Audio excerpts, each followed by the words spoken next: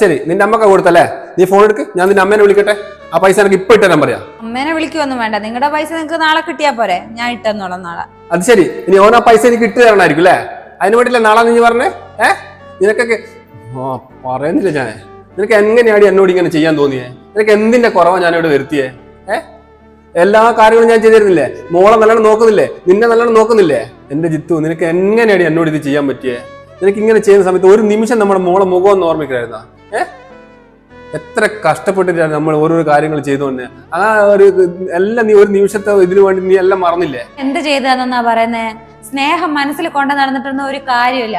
നമ്മുടെ മോളുണ്ടായ ശേഷം നിങ്ങൾ പിന്നെ എന്നെ നോക്കിയിട്ടുണ്ടാ? എന്നെ ഒന്ന് മോളെ എന്ന് വിളിക്കലുണ്ടാ? എന്നെ സ്നേഹത്തോടെ ഒന്ന് ചേർത്തിരിക്കലുണ്ടാ? എല്ലാം അവളുടെ കാര്യമല്ലേ നോക്കലുള്ളൂ. അത് നിനക്ക് പറഞ്ഞാൽ മനസ്സിലാവില്ല. കാരണം ഇത്ര പോകുന്ന വലിയ വീടിന്റെ ഭാരം മൊത്തം എന്റെ തലയിലുള്ളേ. ആ സമയത്ത് കുറച്ച് ഞാൻ നിന്നെ മറന്നു പോയിണ്ടാവും. ഇല്ലാന്ന് പറയുന്നില്ല, ശരി തന്നെയാ. അത് നീ ഇങ്ങനെയാണോ കാണിക്കണ്ടേ? അത് നീ കാണിച്ച ശരിയാണോ? നീ നല്ലോണം ആലോചിച്ച് നോക്ക്. വീടും തിരക്കുവായെന്ന് വിചാരിച്ചെന്താ ഭാര്യമാരെ സ്നേഹിക്കരുതെന്നുണ്ടോ? അപ്പൊ സ്നേഹം കുറഞ്ഞെടുത്ത് നിന്ന് സ്നേഹം കൂടുന്നിടത്തേക്ക് ഞാൻ പോവും. അതാ ഞാൻ ചെയ്തേ. ഈ സ്നേഹം എന്നും എന്റെ കൂടെ ഉണ്ടാവും, എന്നെ കൈവിടില്ല. എനിക്ക് എന്നും ഈ സ്നേഹം മാത്രം മതി.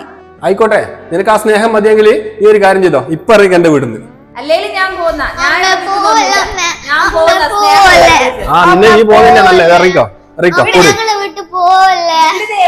എന്തിനാ ദേബു, എന്തിനാ ദേബു? അമ്മ പോട്ടെ. വേണ്ട ദേബു, നമ്മളെ വേണ്ടല്ലോ അമ്മ പോന്നേ. അമ്മയുടെ വീട് ഇതല്ലേ?